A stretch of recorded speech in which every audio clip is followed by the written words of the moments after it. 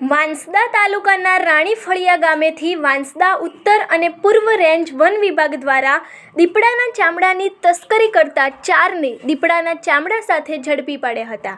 વાંસદા પશ્ચિમ તથા વાંસદા પૂર્વ રેન્જ વન વિભાગને મળેલ બાતમી મળી હતી કે વાંસદા તાલુકાના રાણીફળિયા ખાતે એક મકાનમાં દીપડાનું ચામડું રાખવામાં આવ્યું છે અને જેને કેટલાક ઈસમો વડોદરાથી ખરીદી કરવા આવનાર છે.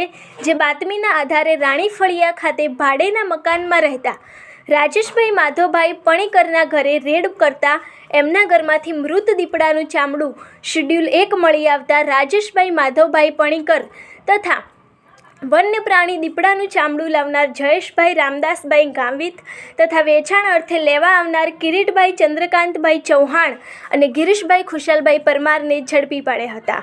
સાથે જ વન્ય પ્રાણી દીપડાનું ચામડું જે શેડ્યુલ 1માં આવે છે જેનો કબજો લઈ તેને FSLમાં મોકલી આપવામાં આવેલ છે તથા વન વિભાગ દ્વારા આ ચામડું ક્યાંથી અને કયા કામ માટે લાવવામાં આવતું જે અંગે તપાસ પણ હાથ ધરવામાં આવી છે.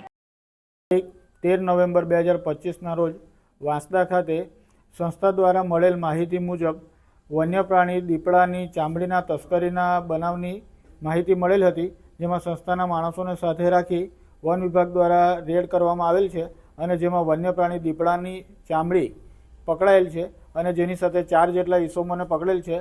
આગળની તપાસ વલસાડ વન વર્તુળના વડા ડૉક્ટર બી સુચિન્દ્રા સાહેબ અને નાયબ વન સંરક્ષક શ્રી લોકેશ ભારદ્વાજ સાહેબના માર્ગદર્શન હેઠળ મદદનીશ વન સંરક્ષક વાંસદા અને વાંસદા પૂર્વ અને પશ્ચિમ રેન્જ દ્વારા કરવામાં આવી રહેલ છે. શું કારણ, કઈ દિશામાં તપાસ ચાલુ છે?